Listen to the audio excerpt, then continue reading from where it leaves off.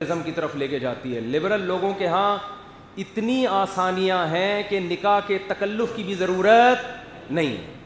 ویسے وہ تقریریں کرتے ہیں کہ یہ مولانا لوگ کم عمر لڑکیوں اس بعض علماء نے کی ہے نا, تو شادیاں کرتے ہیں اور یوں کرتے ہیں, خود کیا کچھ کرتے ہیں رات کی تنہائیوں میں, کتنی کتنی لڑکیوں سے دوستیاں لگاتے ہیں, اس پر ان کو کوئی اعتراض نہیں ہوتا. ایک طرف یہ لبرلزم ہے جن کی خواہشات کے دروازے چوپٹ کھول دیے, حلال و حرام کا فرق مٹا دیا. دوسری طرف وہ مذہبی جنونی طبقہ ہے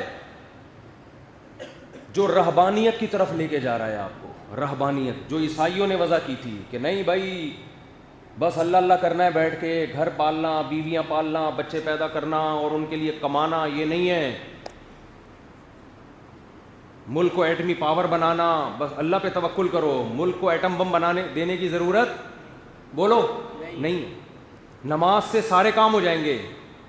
اگر نماز سے آپ کی ساری حفاظتیں ہوتی تو قرآن صحابہ کو یہ حکم دیتا سورہ نساء میں کہ نماز میں بھی اسلحہ نہ اتارو, اسلحہ پہن کے نماز پڑھو.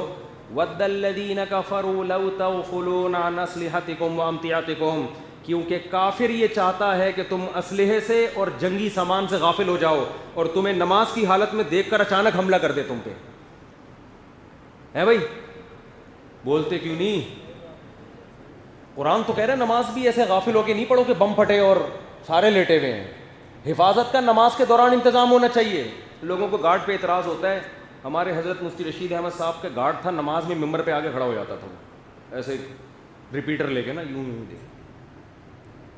لوگوں نے کہا یہ کون سی مسجد ہے, پتہ نہیں, ان کو اللہ پہ اعتماد اور توکل نہیں. نماز میں تو ہم اللہ کی طرف مشغول ہوتے ہیں, تو کیا اللہ ہمیں بھول جائے گا؟ اللہ ریپیٹر سے ہمیں بچائے گا؟ کیا مسجدوں میں نماز کے دوران بم نہیں پھٹے؟ اور کیا صرف بم ہی پھٹتا ہے, لوگ جڑے ہوئے رہتے ہیں بم پھٹنے کے بعد؟ بھائی نماز کے دوران اللہ نے کرے بم پھٹا تو چونکہ نماز میں تھے اس لیے صرف بم پھٹے گا, نماز ہی نہیں پھٹیں گے. کبھی ایسا ہوا کہ چونکہ یہ نماز پڑھ رہے ہیں اللہ ان کو پھٹنے سے بچا لے گا؟ ابے کیا ہو گیا, کیوں سمجھ میں نہیں آ رہی بات؟ ابے تبے پہ آ جاتا ہوں میں بعض وقت. تو ان لاجیکل باتیں دینداروں کی ایک علامت بن چکی ہے. ایک دیندار ہیں, وہ بڑے نیک آدمی ہیں, اب تو مجھے نیک لگ کے لگ جاتا ہے یہ الٹی بات کرے گا آگے سے. پتہ چل رہا ہے نیک ہے, اس کا مطلب ابھی ہے بھیکو ہے. مجھے تو ویکسین پہ ہر وقت نا ملامتیں پڑتی رہتی ہیں, جیسے پتہ نہیں میں کوئی اللہ نہ کرے یہودیوں کا ایجنٹ ہوں جو آپ کو ویکسین لگانے کا میں نے ڈاکٹروں کے کہنے پہ مشورہ دے دیا. تو وہ کہنے لگی کیا ویکسین مفتی صاحب لگا کے رکھی ہوئی ہے, اور کیا لوگوں کو بتاؤ یہ یہودیوں کی کتنی بڑی سازش ہے. ایک صاحب بیٹھے ہوئے تھے, وہ دوسرے ملک سے آئے تھے, انہوں نے کہا یہودی سب سے زیادہ خود اس سے پریشان ہے ویکسین سے, جس کی سازش ہے نا. ان لاجیکل باتیں, نہ کوئی رپورٹ ہے نہ کوئی خبر ہے.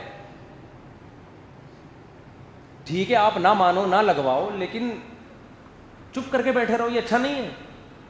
جب آپ کو پوری تحقیق نہیں ہے, دجال کا ویکسین سے اللہ کی قسم کوئی تعلق نہیں ہے. دجال آئے گا, اپنے ٹائم پہ آئے گا, جو کرنا ہے وہ کرے گا. ہر چیز جو آپ کی سمجھ میں نہیں آ رہی دجال کے کھاتے میں ڈالی جا رہی ہے. کہہ رہے یہ جو پاؤڈر کے دودھ ہے نا یہ دجالی سازش ہے. میں نے کہا یار میں بھی ڈبے اور پاؤڈر کے دودھ کا بالکل قائل نہیں ہوں, بھینسوں کے دودھ کا قائل ہوں. جو نکلتا ہے وہ مینڈک بھی اس میں جاتے ہیں, آپ کو شکر کرو یہ چھان کے دیتے ہیں. حقیقت بتا, گوالے جب دودھ دیتے ہیں نا تو بھینس اتنا نہیں دیتی جتنا گوالا دے رہا ہوتا ہے. یہ اللہ کا شکر ادا کرو کہ یہ چھان لیتے ہیں اس کو. اگر یہ بغیر چھانے دیں آپ یہ دودھ پینا چھوڑ دو. مکھی مچھر تو بہت ہلکی چیز ہے, مینڈک نکلتے ہیں اس میں سے, بہت ہلکی چیز ہے مکھی مچھر. مینڈک زیادہ ہو گئی لیکن دیکھ لینا. تو ہم بھی ڈبے کے دودھ کے قائل نہیں ہیں, لیکن دجالی سازش, دجال کا نیڈو سے کوئی تعلق نہیں ہے. دجال کو دجال رہنے دو. ہر نبی نے, یہ حقیقت, لوگ کہتے ہیں دیکھو ہر نبی نے اپنے دجال سے ڈرایا نا اپنی قوم کو. میں نے کہا بالکل ٹھیک ہے. نبی صلی اللہ علیہ وسلم نے بھی دجال سے ڈرایا, بالکل ٹھیک ہے. دجال آئے گا, حضرت عیسیٰ قتل کریں گے, دجال جنت بھی دکھائے گا جہنم بھی دکھائے گا, بالکل صحیح ہے. یہ باتیں صحیح حدیث سے ثابت ہیں. لیکن آپ کو جو چیز سمجھ میں نہ آئے وہ دجال بولو. جیسے آپ کو امریکہ سے اگر دشمنی ہے, دو بندے گلی میں لڑ رہے ہیں, یہ کس کی سازش ہے؟ امریکہ کی. بھائی امریکہ کی سازشیں ہم مانتے ہیں, آپ کے گھر میں جو لڑائی ہو رہی ہے اس کا امریکہ سے کوئی تعلق, ہر چیز امریکہ کے کھاتے میں مت ڈالو.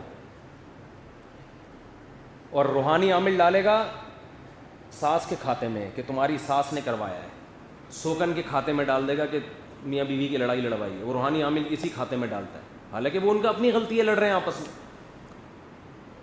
ان لاجیکل باتیں. تو دجال کے کھاتے میں نیسلے کا پانی دجال میں ڈالا ہوا تھا,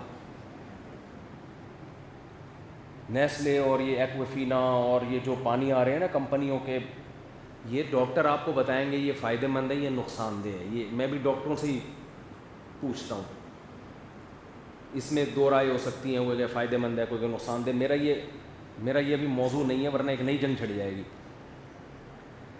تو لیکن میرے بھائی اس پانی کا دجال سے کسی قسم کا کوئی تعلق نہ, یہ دجال کی تیاری ہے پانی, نہ دجال سے اس کا کوئی تعلق ہے. پولیو کے قطرے دجال کے باپ کو بھی معلوم نہیں ہے.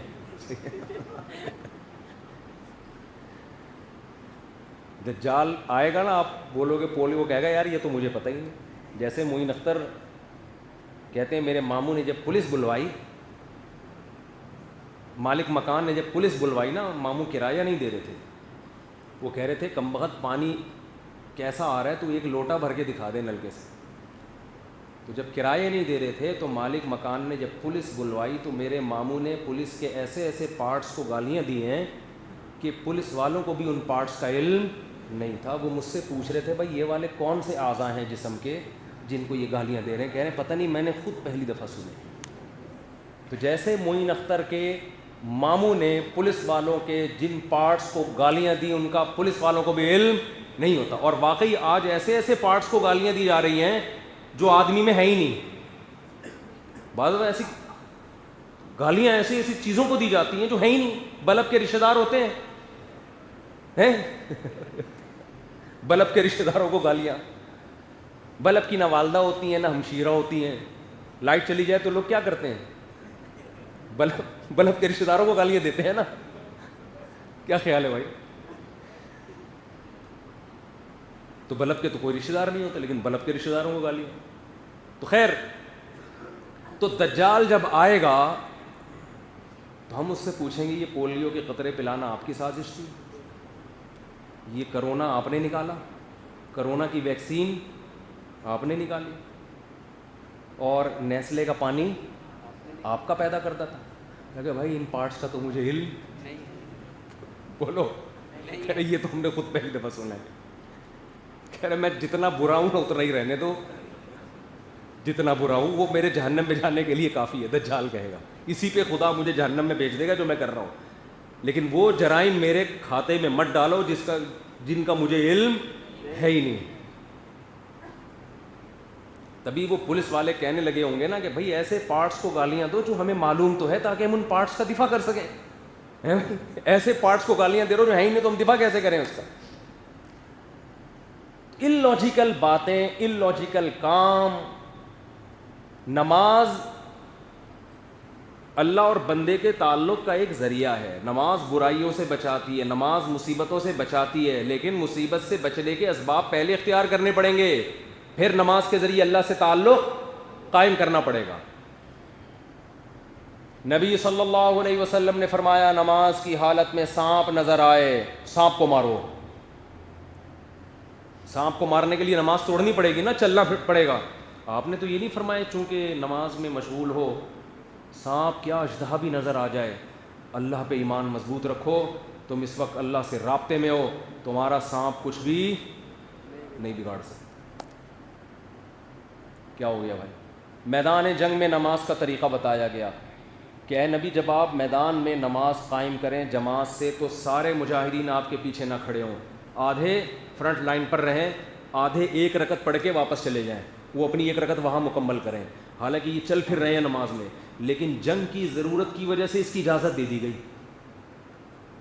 کہ وہ ایک رکعت وہاں مکمل کریں, پھر وہ والا فریق یہاں آئے گا, ایک رکعت نبی کے ساتھ پڑھے گا, اگلی رکعت اپنی یہاں مکمل کرے گا, تاکہ سب کو ایک امام کے پیچھے, نبی کے پیچھے جماعت نصیب ہو جائے, لیکن میدان ہاتھ سے نہ جائے.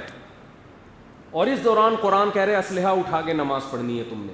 سورہ نساء. کیوں؟ ود الذین کفروا, کافر یہ چاہتے ہیں, لو تغفلون عن اسلحتکم وامتعاتکم, کہ تم اسلحہ اور اپنے جنگی سامان سے غافل ہو جاؤ, پھر تم پر یمیلون علیکم میلۃ واحدہ, ایک ہی دفعہ میں حملہ کر کے ختم کر دیں. تو اسلام نماز کے ساتھ اسباب کا بھی حکم بولو دے رہا ہے.